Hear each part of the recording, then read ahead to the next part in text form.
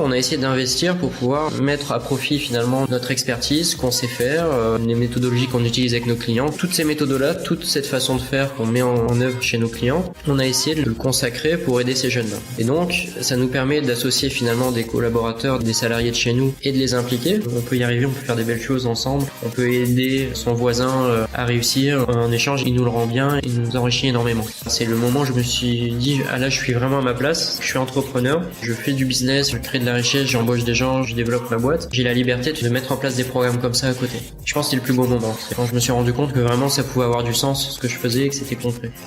Bienvenue sur l'Entrepreneur en vous, le podcast où vous allez découvrir comment démarrer et développer votre propre aventure entrepreneuriale. Je suis votre hôte Nayer Saïdan et dans ce podcast, je vous fais découvrir des entrepreneurs, des freelances, des auteurs et des gens inspirants qui ont su construire et profiter de la vie dont ils ont toujours rêvé. Aujourd'hui, je reçois Romain Dossé, cofondateur de l'agence Warren Walter et de Pimp My App. Romain partage avec nous ses débuts comme développeur et ses différentes aventures entrepreneuriales sans tabou. Dans cet épisode du podcast, vous allez découvrir le départ de son associé dans sa première boîte et comment il a réussi à redresser la barre en changeant de modèle. Comment il a créé son agence et comment il a décroché son premier client. Comment Romain a réussi à allier social, éthique et entrepreneuriat. L'aventure Pimp My App et l'association avec un ami qui s'est soldé aux tribunaux et ce qu'il en a tiré comme leçon. Vous pouvez accéder à l'ensemble des liens et à la retranscription de cet épisode sur le blog en vous rendant sur l'URL suivante envou.co/21, le chiffre 21. Réveille l'entrepreneur qui est en toi, épisode numéro 21. À toi Romain. Romain, est-ce que tu es prêt à nous révéler l'entrepreneur qui est en toi ? Oui, avec plaisir. Excellent. Aujourd'hui, j'accueille Romain Dossé. Romain est cofondateur de l'agence digitale Warren Walter, cofondateur de Pimp My App et anciennement président de Seed Networking et de l'incubateur de Lefray. Un vrai entrepreneur engagé qui croit à l'égalité des chances. Romain, avant de parler de ton business actuel et de tes différentes occupations, j'aimerais qu'on remonte le ton et qu'on s'intéresse un peu à ton parcours personnel. Est-ce que tu te rappelles du tout premier projet ou business que tu as fait ? Alors oui, j'avais 14 ans, j'étais collégien, donc c'était en 98, Internet ressemblait pas à ce qu'Internet ressemble aujourd'hui. Google n'était pas là, c'était Alta Vista comme moteur de recherche. C'était assez compliqué de s'équiper d'un ordinateur, tout le monde n'en avait pas. Voilà, c'était peu de ressources, c'était pas le même monde qu'aujourd'hui. Et à l'époque, j'ai créé un site internet pour aider des jeunes à trouver un job d'été et un job étudiant, simplement parce que moi j'avais rencontré ce problème-là, je trouvais pas de job d'été dans le sud de la France et j'étais plutôt bidouilleur, je fabriquais des ordinateurs, je jouais à des jeux en ligne sur ordinateur, j'essayais d'hacker certains trucs, de bidouiller un peu. Et pour m'amuser, j'ai créé un petit site internet, très basique, très simple, avec les moyens du bord, parce que forcément au collège, aucune formation, personne ne connaissait rien, donc on s'est un peu débrouillé. Je me suis un peu débrouillé comme j'ai pu, et finalement ça a très vite marché. Déjà à l'époque, j'ai mis un petit peu de pub sur le site internet, et ça m'a apporté un petit argent de poche non négligeable en étant au collège, donc c'était le premier projet, c'était ça. Et de fil en aiguille, j'y ai pris goût. Je me suis dit, c'est quand même sympa, on peut créer quelque chose, le développer, rajouter des fonctionnalités, aller monter des partenariats. Je me rappelle, j'étais passé à France 3, j'avais eu des articles dans la presse alors que j'étais un jeune comme tous les autres, quoi. Donc, voilà. Excellent. Romain, après tes études, tu t'es rapidement tourné vers l'entrepreneuriat. Pourquoi avoir choisi cette voie ? En fait, c'était ancré en moi depuis tout ce temps-là. Même pendant mes études, j'ai monté aussi une entreprise en parallèle de mon école. J'ai pu faire un cursus assez classique, prépa école d'ingé, et à côté des cours de l'école d'ingé, j'ai monté une boîte. Ensuite, j'ai fini les études. Finalement, je me suis fait quand même une expérience en salarié dans une société de service où j'ai travaillé chez Orange ou chez Lagardère ou des sociétés comme ça. J'ai tenu 2 ans. J'ai tenu parce que finalement ça me convenait pas, hein. J'ai appris énormément, mais en même temps la liberté de pouvoir créer, de pouvoir embaucher qui on veut, de pouvoir vraiment appliquer sa propre vision et ses choix, ça m'a manqué très vite. Donc très vite, au bout de 2 ans, je suis revenu à l'entrepreneuriat, j'ai remonté une boîte. Alors on va en parler après. Est-ce que tu as retrouvé tout ça aujourd'hui ou pas ? Romain, t'es le cofondateur de l'agence Warren Walter depuis maintenant quelques années. Comment tu as eu l'idée et comment s'est passé le démarrage ? Alors, la genèse de Warren Walter, j'ai confondé du coup Warren Walter avec Quentin Gilliard, qui est quelqu'un que j'ai rencontré justement dans la période salariée, juste après mon école, en société de service. Moi, j'étais développeur dans cette société et Quentin, mon associé chez Warren Walter, était aussi développeur. Donc, on s'est connus à ce moment-là. Et la vie a fait que moi, j'ai quitté cette société de service, j'ai monté plusieurs autres projets. Quentin, lui, a continué dans la société, a quitté la fonction de développeur et passé sur des fonctions plus commerciales. ingénierie d'affaires, aller chercher des clients, vendre des projets informatiques, etc. Et on s'est revus en 2013-2014, donc finalement quelques années après, 3-4 ans ou 5 ans après. Et grâce à lui, j'ai pu faire quelques affaires avec quelques clients, avec Bouygues Télécom à l'époque. Et là, on a repris contact.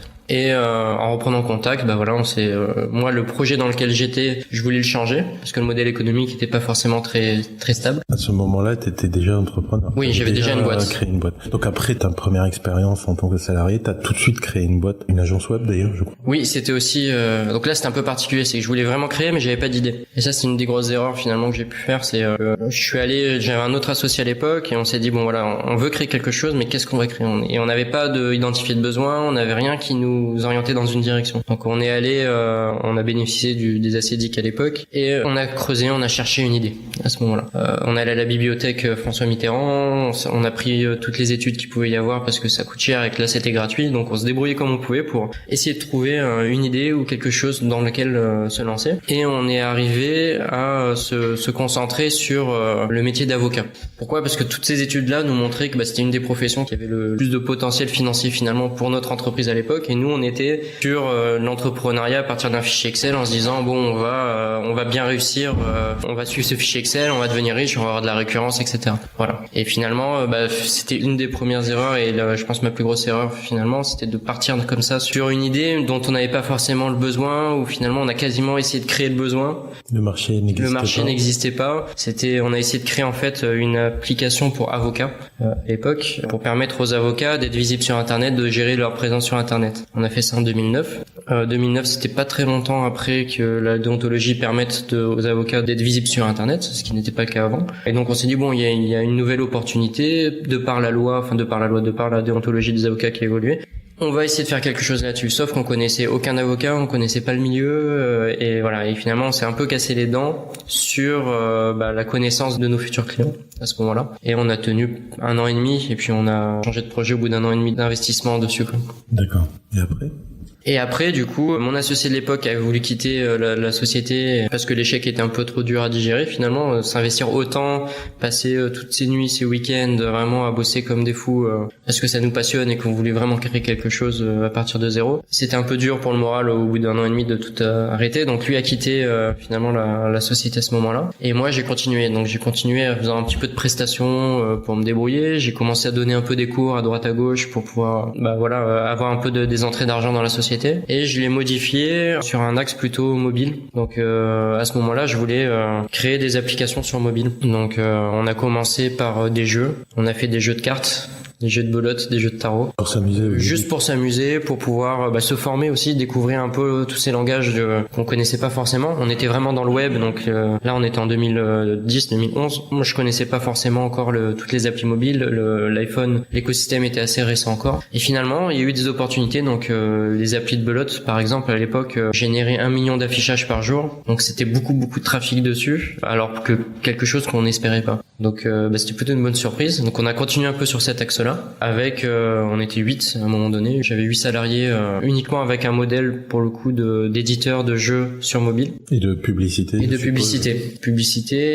Voilà, donc modèle finalement plutôt instable qui peut exploser, mais finalement quand on est dans la moyenne, même avec quelque chose qui marche bien, c'est très difficile de pérenniser finalement les emplois et d'avoir un modèle qui tienne la route. Donc pareil, on s'est beaucoup amusé, j'ai tenu pas mal de temps, mais la pub a baissé, puis voilà, la vie d'une société fait qu'on a quelques petits coups durs de temps en temps, et le modèle permettait pas d'absorber ça, et ça a coïncidé avec le moment où j'ai créé Warren Walter après. Ça périclitait un peu, et avant que ça soit la catastrophe et que ça soit fini, j'ai préféré anticiper et faire une transition vers un modèle un peu différent, mais beaucoup plus stable, qui est celui d'une agence comme Warren Walter. D'accord. Comment on fait pour clôturer justement une affaire qui vacille ? Comment on fait pour ces anciens salariés ? Alors, moi, c'était pas énorme en termes d'employés, on n'était pas beaucoup, et c'est un peu au cas par cas. C'est-à-dire qu'il y en a qui sont partis même à l'étranger à ce moment-là, qui en ont profité pour dire ok, moi je vais.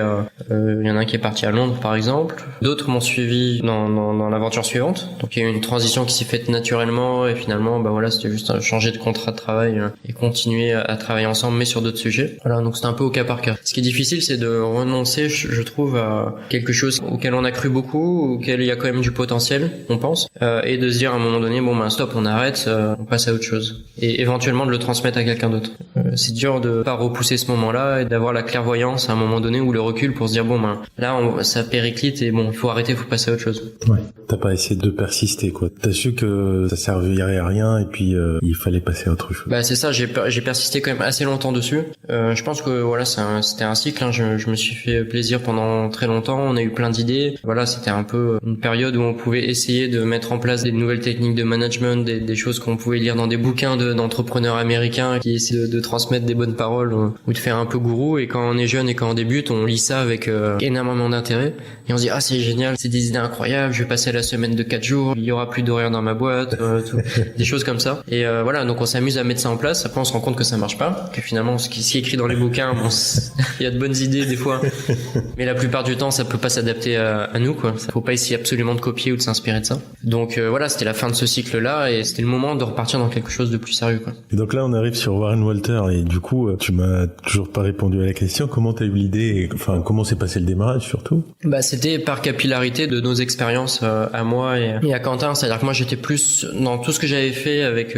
finalement ce studio de dev de jeux mobiles avec un peu toutes ces idées un peu innovantes. Entre temps je me suis investi beaucoup dans une école d'ingénieurs qui était la mienne, où j'ai créé des formations, où j'ai créé des programmes start-up aussi pour aider les jeunes à monter des start-up, où j'ai pris la responsabilité d'un incubateur de start-up. Donc j'avais une approche et finalement un réseau dans tout ce qui est innovation start-up que j'ai développé depuis plusieurs années. Et Quentin, lui, mon associé, avait plutôt une expertise sur les grands comptes, les grandes entreprises et la prestation de services pour ces entreprises-là. Et finalement, on a essayé de mixer un peu l'approche innovation start-up avec des clients grands comptes. Et c'est tombé au moment où, en 2015, on a créé fin 2014 Warren Walter, donc c'est quand même assez récent. Mais c'est vraiment la période où on entend parler de transfo digital partout, des labs d'innovation qui se créent, des programmes d'intrapreneuriat dans des grands groupes. Enfin, voilà, tout cet esprit innovation start-up dans les grands groupes, c'est clairement ce qui se passe au moment où on a créé Warren Walter. Et du coup, bah voilà, ça nous a permis dès le début d'avoir des clients grands comptes et de travailler avec eux sur des problématiques informatiques d'innovation. D'accord. Comment vous avez décroché vos 3 premiers clients? Alors le premier client, bah c'était le réseau, hein, c'était un ancien client d'avant. C'est ça, beaucoup de clients à nous et beaucoup de business qu'on peut faire chez Warren Walter, c'est notre réseau, c'est des gens qu'on a croisés dans nos vies d'avant, des gens avec qui on a bien accroché et qui on a pu faire nos preuves finalement. On a travaillé, ça s'est bien passé, on s'est apprécié et du coup on se revoit peut-être 10 ans après, 5 ans après, 7 ans après, peu importe. On se revoit à ce moment-là et du coup il y a possibilité de faire du business ensemble et de travailler, d'avoir. Donc le premier client c'était ça, premier employé aussi. Et la plupart des employés après les premiers employés c'était des gens qu'on connaissait et qu'on a voulu recruter chez nous. Et comment on introduit cet esprit start-up dans un grand groupe, parce que il y a quand même la structure du grand groupe, les décisions prennent du temps, etc. Quand on commence, on n'a pas le temps d'attendre, etc. Comment on fait? Alors, nous, on vient plutôt en support de démarches qui sont vraiment initiées par ces groupes-là. Donc, dans certains groupes, ça va être vraiment des décisions qui viennent de tout en haut, où voilà, il y a vraiment une volonté du comité de direction de se dire bon, allez, on part sur vraiment pousser l'intrapreneuriat, par exemple, ou pousser l'open innovation, les collaborations avec les startups, voilà, de pousser ces sujets-là. Et nous, on vient en renfort de ça. Donc, quand il y a déjà la volonté de tout en haut, ça ouvre des portes et ça facilite un peu notre travail à nous, qui est de mettre à disposition des compétences de développeurs, de designers pour aider ces projets-là ou de les coacher pour les aider à émerger. Après, même s'il y a une décision qui vient d'en haut et ok, on va sur l'open innovation ou sur l'intrapreneuriat, il y a toujours des freins dans certaines entreprises et c'est normal, de réticence ou des gens qui sont un peu réticents au changement. Mais finalement, ça vient assez naturellement parce que par l'exemple, on peut très vite faire comprendre que dans d'autres sociétés déjà, il y a des belles histoires à raconter, même au sein d'un même groupe, souvent des choses dans lesquelles on peut s'inspirer, qui donnent envie et finalement on se dit ah c'est possible. Et du coup ça se propage assez vite et c'est assez bienveillant et voilà, ça se fait assez naturellement. Il n'y a pas trop de complications. D'accord. Romain, chez Warren Walter, vous placez pas mal de gens chez les clients, c'est bien ça, hein? Comment vous arrivez à garder le lien avec ces salariés-là justement qui sont la plupart de leur temps chez des clients, je suppose? Effectivement, ça c'est un des gros enjeux d'un modèle comme le nôtre parce que certains salariés sont à temps plein chez le client, on les voit quasiment jamais. Alors on essaie déjà de fédérer autour de valeurs au travers d'événements qu'on organise, qui nous permet de voir régulièrement, d'associer des consultants, même des consultants qui sont en mission. Après, comme toute société comme la nôtre, on fait plein d'autres événements en parallèle. On va se retrouver tous les mois sur des thématiques. On va essayer de créer les opportunités de se revoir et de se voir en dehors du temps de travail. Et ça, on en fait beaucoup. C'est-à-dire que c'est quasiment tous les mois, et soit sur des activités ludiques, soit sur des occasions de se rencontrer, de se voir. D'accord.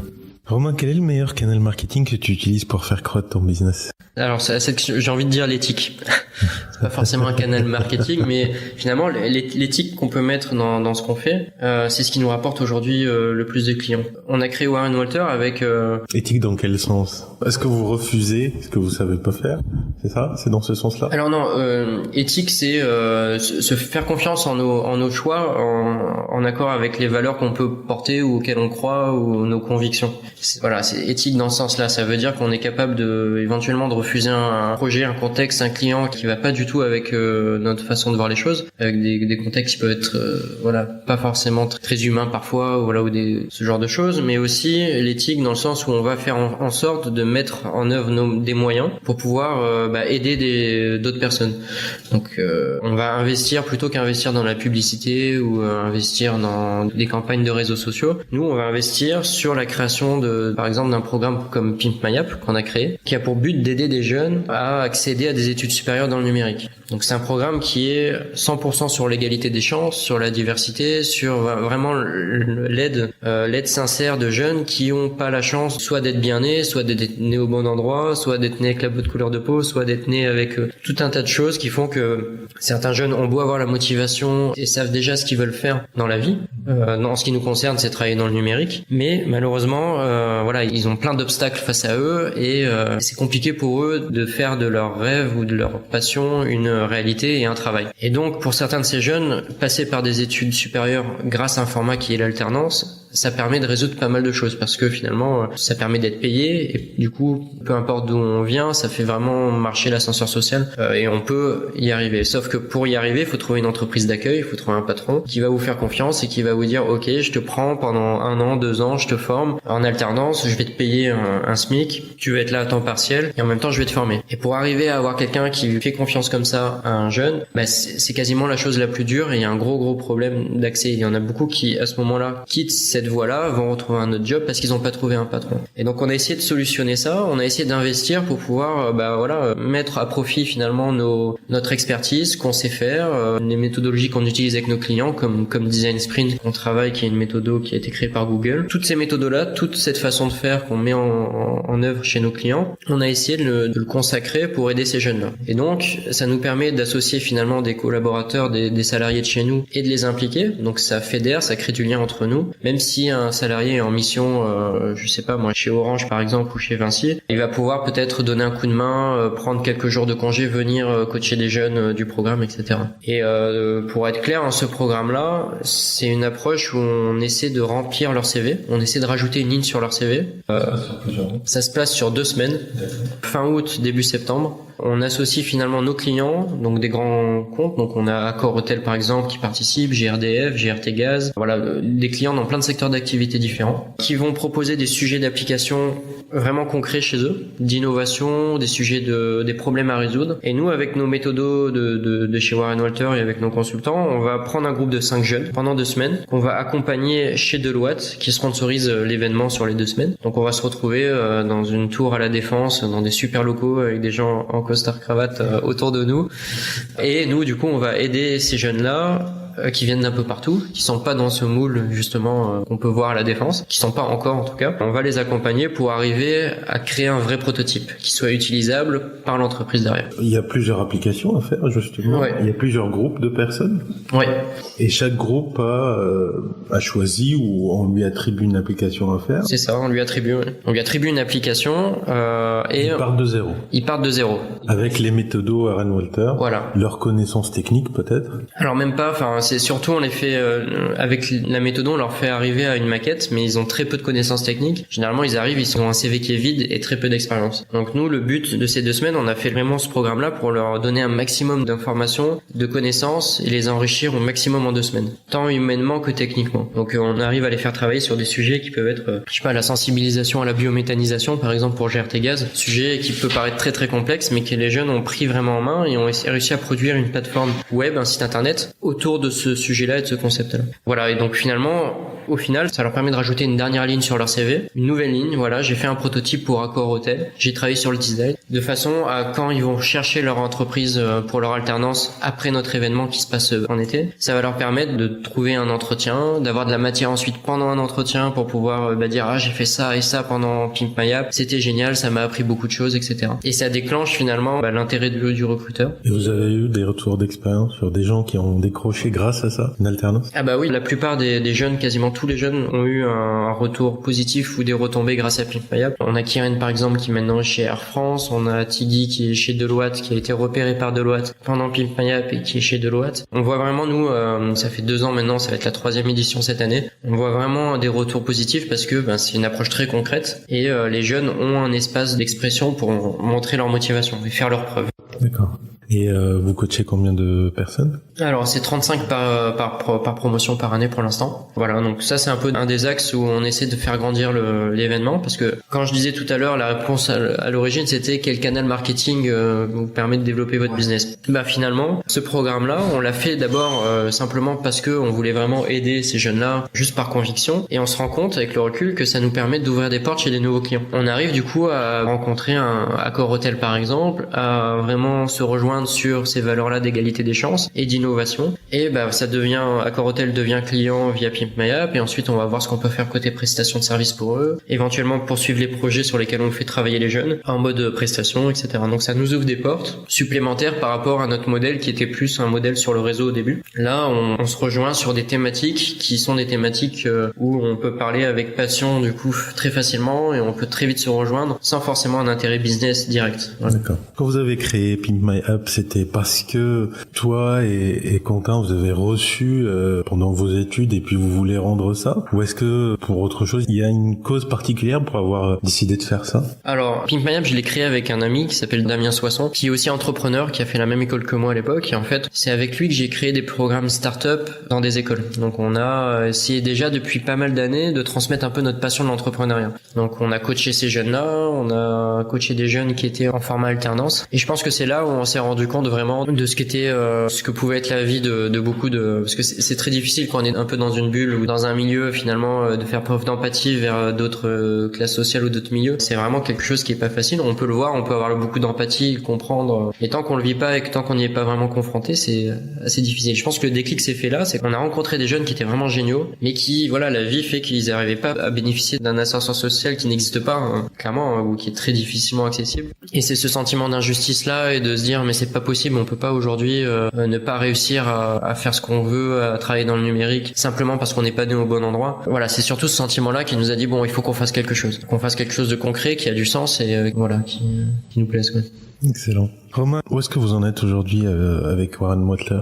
Quelques chiffres. Alors aujourd'hui on est 34 consultants chez nous, donc on a créé en 2015. On a plus d'une trentaine de clients grands comptes, donc Direct Energy, Loxam, voilà, ce type de clients-là. Aussi des grosses startups comme Deezer par exemple. Donc aujourd'hui on est très très heureux finalement d'avoir pu avoir cette croissance-là en accord avec des programmes comme Pimp My App, et que les deux marchent ensemble, qu'on puisse avoir une société qui soit très très rentable ou qui marche très bien avec un super modèle de prestation sur la partie service pour les grandes entreprises, avec en même temps une éthique et des vraies choses concrètes qu'on peut faire. Voilà, on est très heureux de ça, et on est assez impressionné de cette croissance-là, et on a envie de pousser encore les deux en parallèle. Ça s'ajuste bien sûr, c'est-à-dire que voilà, c'est quand même malgré tout très récent. Il faut bien avoir un équilibre entre les deux. Il faut y aller naturellement, donc c'est ce qu'on essaie de faire là. Et s'il y a une offre de rachat qui est mise sur ta table, est-ce que tu réfléchiras, ou est-ce que tu te dis non, j'y réfléchirai même pas.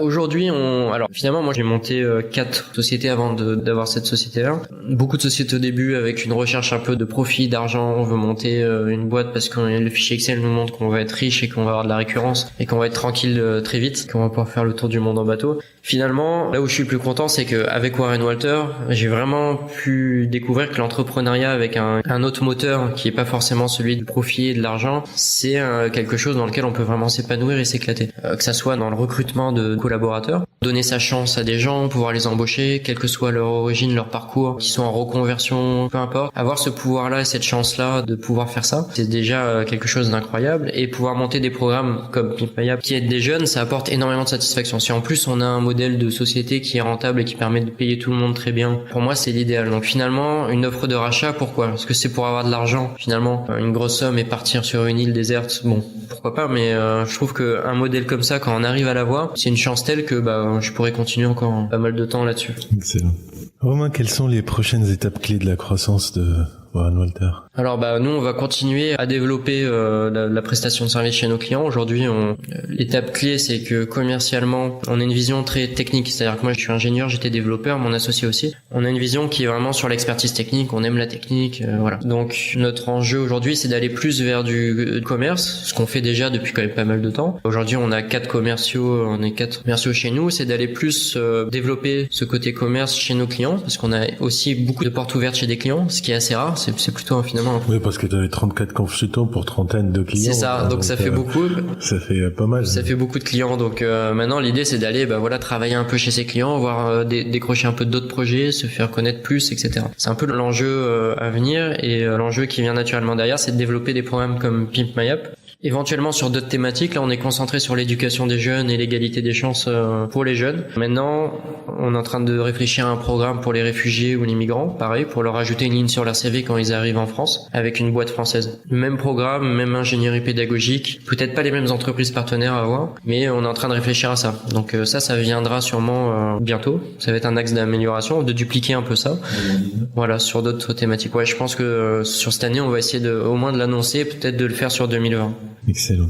Romain, c'est le moment des temps forts. Quel a été le pire moment de ton parcours d'entrepreneur et comment tu as fait pour rebondir? Alors, le pire moment, c'est probablement la deuxième société que j'ai montée, qui avait pour but de faire un site web assez sympa.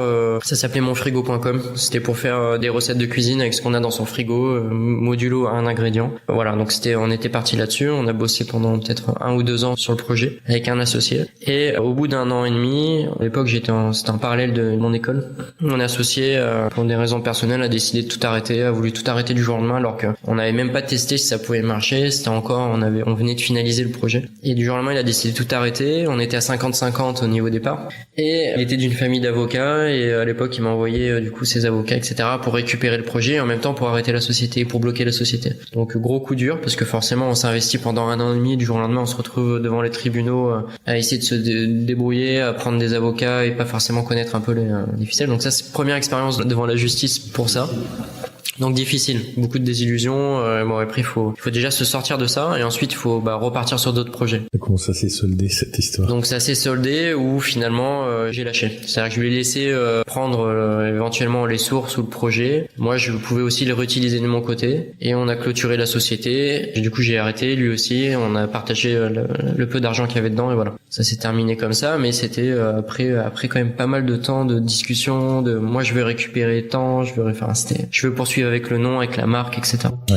Alors que personne n'a réutilisé après, je suppose. Alors personne n'a réutilisé, alors que ça valait rien à l'époque, parce que c'était même pas vraiment testé ni rien, sauf que c'est difficile quand on est dedans dans son projet, et quand c'est les premières aventures entrepreneuriales, on a tendance à se dire voilà, on a l'idée du siècle, notre idée elle est géniale, elle vaut beaucoup, alors que c'est qu'une idée, que ça vaut rien, et que beaucoup de personnes ont la même idée à côté. Et ça, on s'en rend pas forcément compte, c'est-à-dire qu'on est un peu dans notre bulle, on y croit, on a beaucoup de confiance en nous, parce que forcément, pour monter une boîte, il faut aussi avoir un caractère, je pense, qui traduit un peu que ça. Il faut de l'ego, il faut de la confiance en soi, hein, c'est pour croire et pour pouvoir oser. Et du coup, ça, le pendant négatif, c'est que forcément, on croit qu'on a la meilleure idée. Donc, il y a plein de travers, c'est-à-dire qu'on va pas forcément en parler aux autres. On va dire mon idée elle est secrète, tant que je l'ai pas faite, j'en parle pas, etc. Alors que c'est une grosse erreur.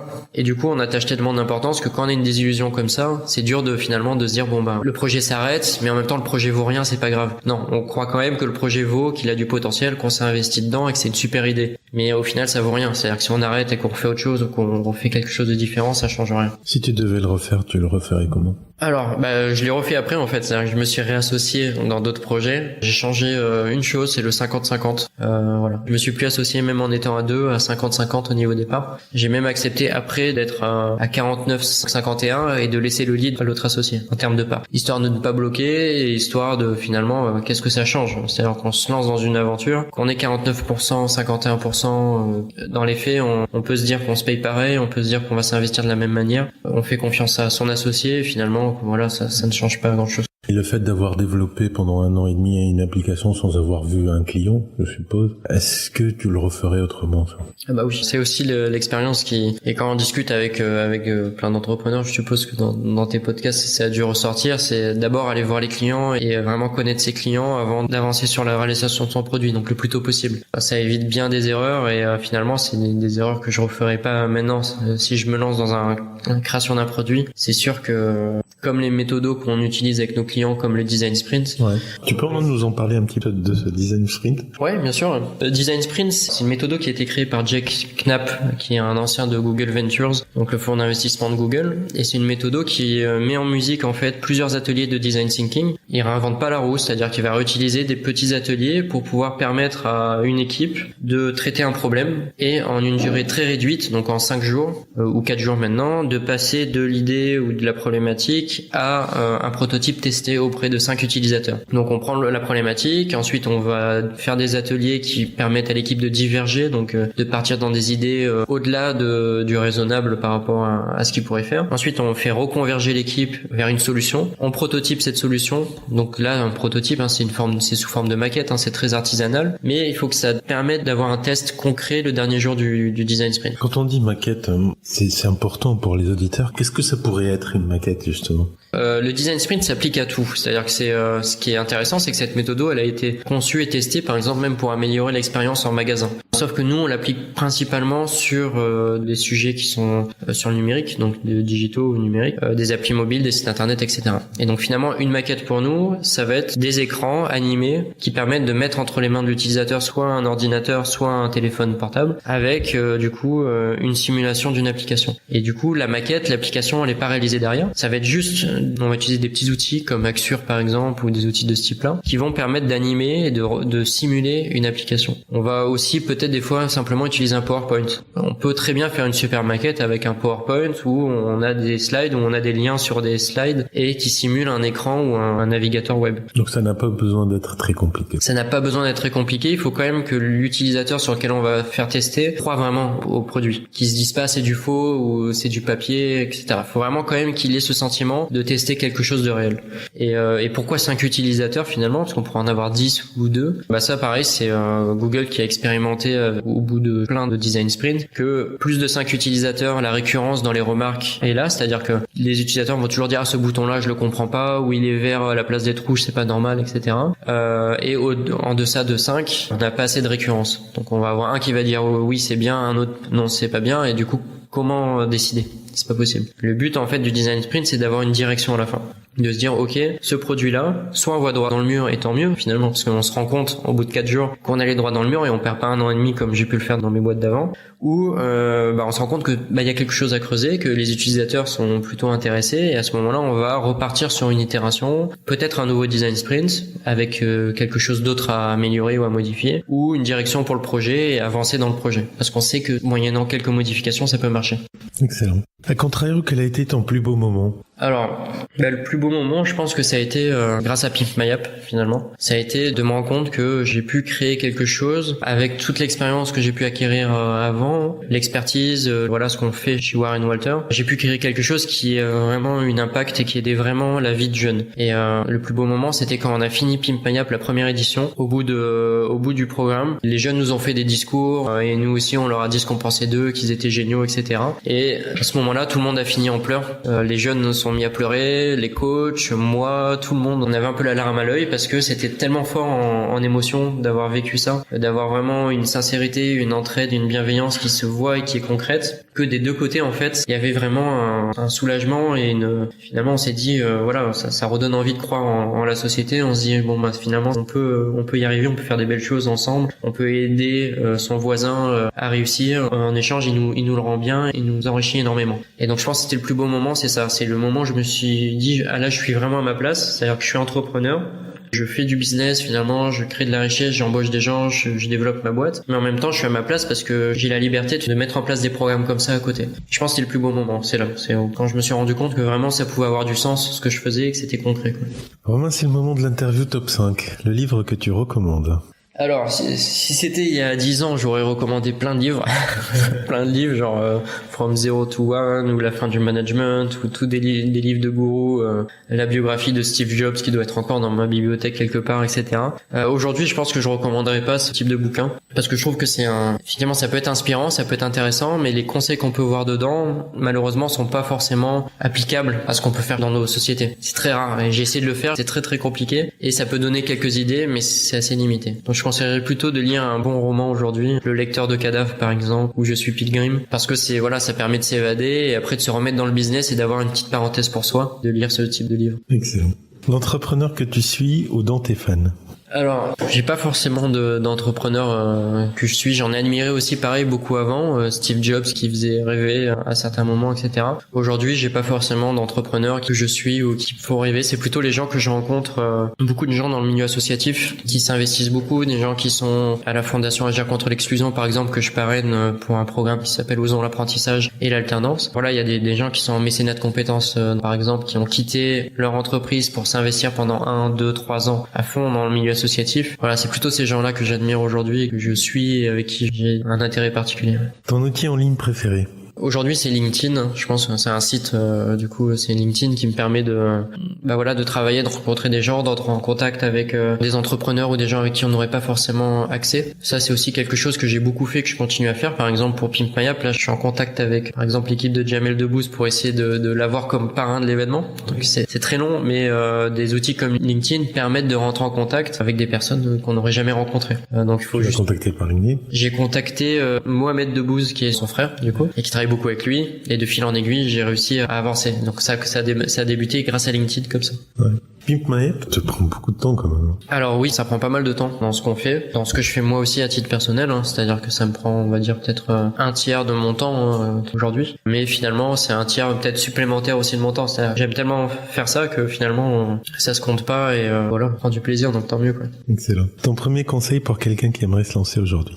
Ça serait peut-être faire attention à garder bien en tête de rester humble dans sa création, parce que finalement se lancer, ça demande, je l'ai dit tout à l'heure, beaucoup de courage et il faut une confiance en soi qui soit assez forte, parce qu'on peut créer même si on n'a pas forcément la sécurité qui le permet, la famille qui le permet, etc. On peut créer des choses, mais il faut quand même, je pense, avoir un ego qui fait qu'on croit en ce qu'on fait, et faut faire attention à ce que cet ego-là très vite se transforme pas en quelque chose qui soit néfaste et qui puisse mal tourner. Donc rester humble, je pense que c'est le meilleur des conseils, parce que ça va permettre de continuer à apprendre d'autres personnes, d'autres entrepreneurs, et ça va permettre de se remettre en question souvent et d'avancer et de rester à sa place. Voilà, mon conseil.